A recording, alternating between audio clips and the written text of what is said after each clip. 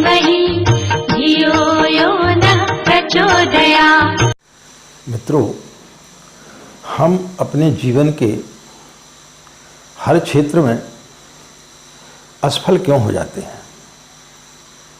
चाहे वो साधना का क्षेत्र हो, व्यवसाय का क्षेत्र हो, या आपकी पारिवारिक जिंदगी हो, या आप नौकरी कर रहे हों, यानी जीवन के हर क्षेत्र में हम किसी न किसी रूप से उसमें असफल हो जाते हैं। उसका मुख्य कारण क्या है? उसका मुख्य कारण है हमारी नकारात्मक सोच। यदि हम अपनी सोच को सकारात्मक बना लेंगे तो फिर निश्चित रूप से आप किसी भी मंत्र का जाप करें, चाहे गायत्री मंत्र का जाप करें या अन्य किसी मंत्र का जाप करें, या आपके जीवन में आप जो भी कार्य करते हैं, चाहे वो व्यवसाय हो, नौकरी हो, या आपकी पारिवारिक ज़िंदगी हो, किसी प्रकार की कोई भी चीज़ हो, तो जिस दिन आप सकारात्मक सोचना चालू कर देंगे उस दिन आपकी हर समस्या का समाधान आपको मिल जाएगा। जब हम गायत्री मंत्र की साधना करते हैं और जिस दिन हम सकारात्मक सोचना चालू कर देते हैं तो फिर हमें मंत्र फलित होना चालू हो जाता है। तो मित्रों, आज हम दो प्रसंगों के माध्यम से आपको बताने का प्रयास करेंगे कि जब हम नकारात्मक सोचते हैं तो हमारे कोई भी कार्य क्यों नहीं बनते, हमारी साधना क्यों सफल नहीं होती है, और जो व्यक्ति सकारात्मक सोचता है वो परमात्मा के निकट पहुंच जाता है। इन्हीं दो प्रसंगों के माध्यम से आज हम अपनी बात को आप तक समझाने का प्रयास करें। राधे राधे, जय श्री कृष्णा, नमस्कार। मैं आचार्य पंडित गिरीश वारोलिया। गायत्री महामंत्र। ओम भूर्भुवः स्वाहा तत्सवितुर्वरेण्यं भर्गो देवस्य धीमहि धियो यो नः प्रचोदयात्। अखण्डमण्डलाकारं व्याप्तं येन चराचरं तत्पदं दर्शितं येन तस्मै श्रीगुरवे नमः। तस्मै श्रीगुरवे नमः। मित्रों, एक व्यक्ति एक जंगल में चला जा रहा था। बहुत तेज़ धूप थी, गर्मी का समय था, मई जून का माह रहा होगा।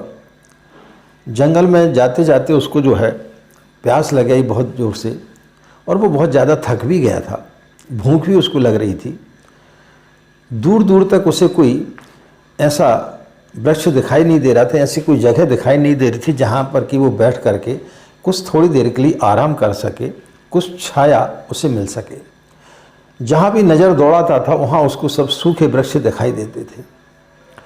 चलते चलते अचानक उसे एक बड़ा विशालकाय वृक्ष दिखा जो हरा भरा था और बहुत घनी छाया उसके नीचे थी। वो बड़ा प्रसन्न हुआ। थोड़ी दूर चल करके वो उस वृक्ष के पास तक पहुंचा। जैसे वो वृक्ष के पास पहुंचा तो थोड़ी सी जब उसको राहत मिली तो उसके मन में विचार आया कि शीतल जल मिल जाता तो कितना अच्छा होता। अचानक उसके समक्ष शीतल जल आ गया। चूँकि प्यास बहुत जोर से लगी थी, कहाँ से आया, क्या हुआ, यह सब सोचने का उसके पास में समय नहीं था। उसने जल पिया। जल पीने के पश्चात में स्वभावतः उसे भूख लगी। उसके मन में विचार आया कि काश अच्छे भोजन मिल जाते तो आत्मा तृप्त हो जाती। उसका सोचना ही था कि वहाँ पर 56 प्रकार के व्यंजन आ गए। उसने भोजन किया। भोजन करने के पश्चात में जैसे सभी को होता है, आलस आता है, नींद आती है, तो उसे भी नींद आने लगी। तो उसके मन में विचार आया कि बढ़िया सैया होती तो सो लिया जाता। वो सो गया। जब उसकी नींद खुली तो उसके मन में विचार आया कि अब रात होने वाली है, अंधकार छाने वाला है, घना जंगल है, यहाँ कहीं आसपास कोई शेर तो नहीं है। तो अचानक शेर आ गया। जैसे उसने शेर को देखा तो उसके मन में विचार आया कि शेर मुझे खा तो नहीं जाएगा। शेर ने उसे खा लिया। मित्रों, वह वृक्ष क्या था? कल्प वृक्ष था। कल्प वृक्ष का मतलब होता है कि आप जैसा सोचते हैं वैसा आपके साथ में घट जाता है। तो हम जब साधना करते हैं या कोई भी कार्य करते हैं तो हमारे मन में इसी प्रकार के विचार आते हैं और हम हमेशा नकारात्मक सोचते हैं। सकारात्मक सोच को लेकर के हम कभी भी साधना में नहीं बैठते हैं। ना ही हम अपने व्यवसाय स्थल पर बैठते हैं, ना ही हम नौकरी करने के लिए जाते हैं और ना ही हम अपने परिवार के साथ में रहते हैं। जब भी हम सोचते हैं हमेशा नकारात्मक ही सोचते हैं और उसी सोच का परिणाम होता है कि हम जैसा सोचते चले जाते हैं वैसी घटना हमारे जीवन में घटते हुए चली जाती हैं। हर व्यक्ति के जीवन में अच्छा और बुरा दोनों प्रकार का समय आता है। दिन भर में यदि आप आकलन करें तो आपके जीवन में सुखद क्षण भी आए थे और दुखद क्षण भी आए थे, लेकिन हम हमेशा अपने जीवन में दुखद क्षणों को ही याद करते हैं और उन्हीं दुखद क्षणों को लेकर के हम हमेशा जीते रहते हैं। तो उन दुखद क्षणों को लेकर के हम इतने ज़्यादा गहरी सोच में पड़ जाते हैं, इतने ज़्यादा हम जो है अपने विचारों में खो जाते हैं, नकारात्मक विचारों में, तो हमारे साथ में वैसा ही घटना प्रारंभ हो जाता है। फिर हम साधना करते हैं तो हमें लगता है कि हमारी साधना सफल नहीं हो रही है, क्योंकि जब आप साधना करते तो आपके मन में हमेशा यही विचार रहता है कि पता नहीं हमारी साधना सफल होगी कि नहीं होगी। हम नौकरी करने जा रहे हैं तो पता नहीं हमारी नौकरी कुछ समय तक रहेगी कि नहीं रहेगी।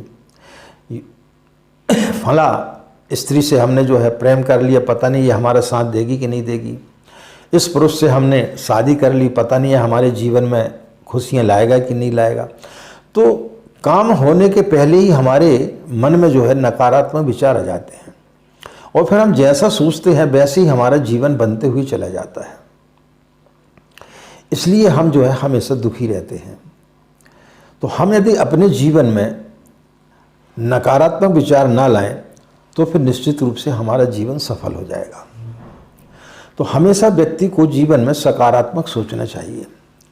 दिन भर में आप सिर्फ उन्हीं क्षणों को याद करें जब ईश्वर ने आपको सुख का समय दिया था।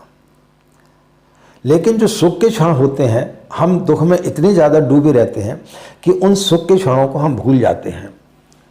लेकिन यदि आप उन सुख के क्षणों को याद करेंगे तो दुख के क्षण फिर आपके कभी आएंगे ही नहीं। आपको अपने जीवन में सुख ही सुख दिखाई देंगे। बस अपने देखने का नज़रिया आपको बदलना पड़ेगा। बदला जाए दृष्टिकोण तो हर इंसान बदल सकता है। दो सन्यासी थे। भिक्षा अर्जित करने के पश्चात में शाम को अपने नदी के तट पर उनका एक झोपड़ा था। अपने झोपड़े के पास चले जा रहे थे। अचानक आंधी तूफान आई, बहुत ज़ोर से बारिश हुई। तो जैसे वो दोनों सन्यासी वहाँ पर पहुँचे तो जो पहला व्यक्ति पहुँचा उसने देखा कि आधा जो उनकी झोपड़ा था वो उड़ चुका था, आधा बचा हुआ था और बहुत ज़ोर से बारिश हो रही थी। तो उसने जाके भगवान को धन्यवाद दिया कि हे प्रभु, तेरी बड़ी कृपा है कि तूने कम से कम हमारे आधे झोपड़े को तो बचा दिया। हमें आधे झोपड़े की ही ज़रूरत थी। आंधी का क्या भरोसा। आंधी थोड़ी जानती है कि ये किसी साधु का झोपड़ा है, किसी सन्यासी का झोपड़ा है, कि किसी गरीब का झोपड़ा है। हो सकता है वो पूरा का पूरा उड़ा करके ले जाती। लेकिन तेरा बड़ा धन्यवाद है कि तूने कम से कम आधा तो बचा दिया। उसके पीछे पीछे दूसरा सन्यासी चला आ रहा था।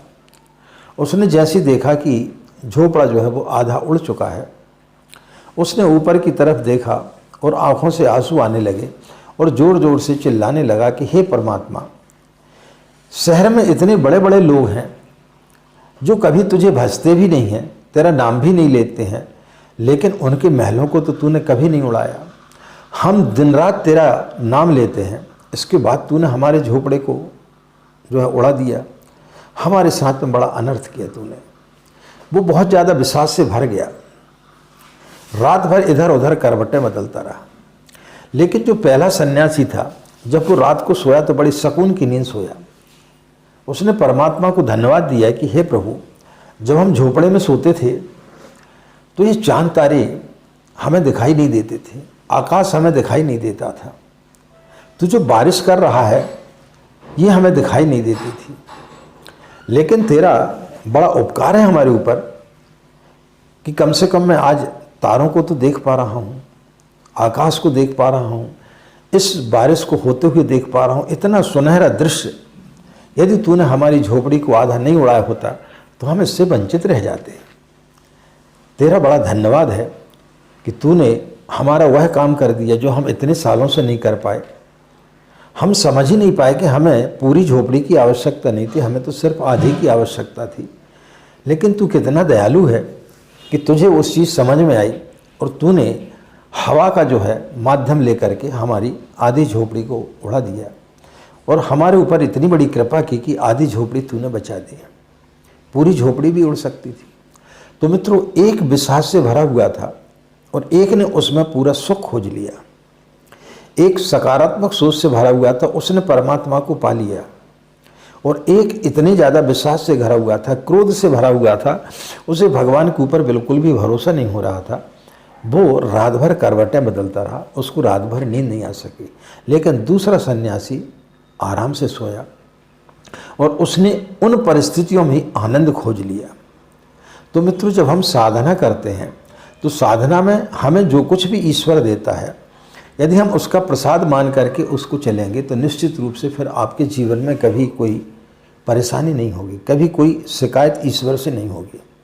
ईश्वर से शिकायत कैसी करना? ईश्वर जो हमें देता है उसे पता है कि आपको क्या चाहिए, तो जो हमें चाहिए ईश्वर हमें दे देता है। लेकिन जब हमें कष्ट कब होता है, हमें दुख कब होता है कि जब हम कोई कामना करते और जब हमारी कामना पूरी नहीं होती तब हमें दुख होता है।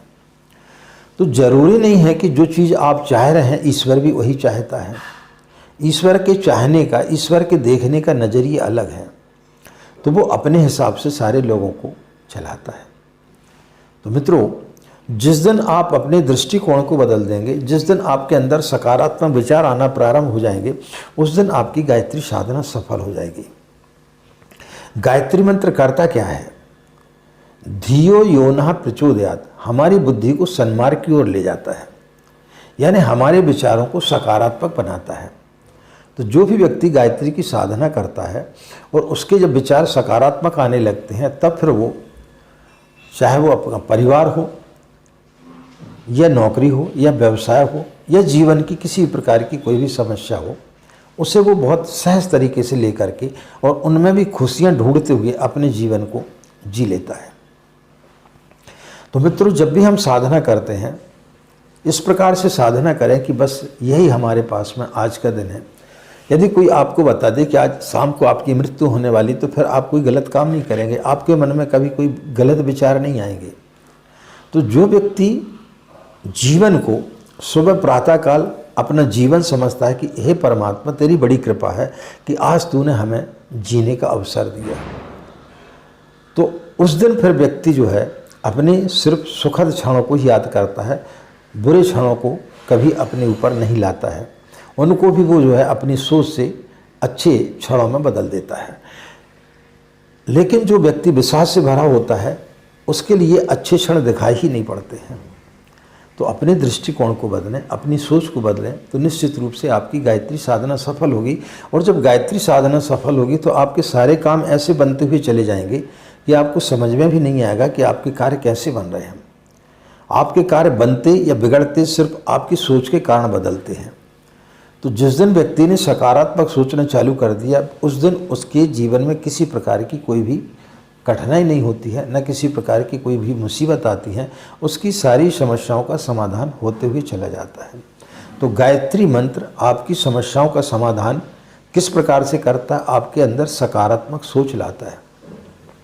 तो जिस दिन व्यक्ति के अंदर सकारात्मक सोच आ गई, उस दिन निश्चित रूप से वो परमात्मा के करीब पहुंच जाता है।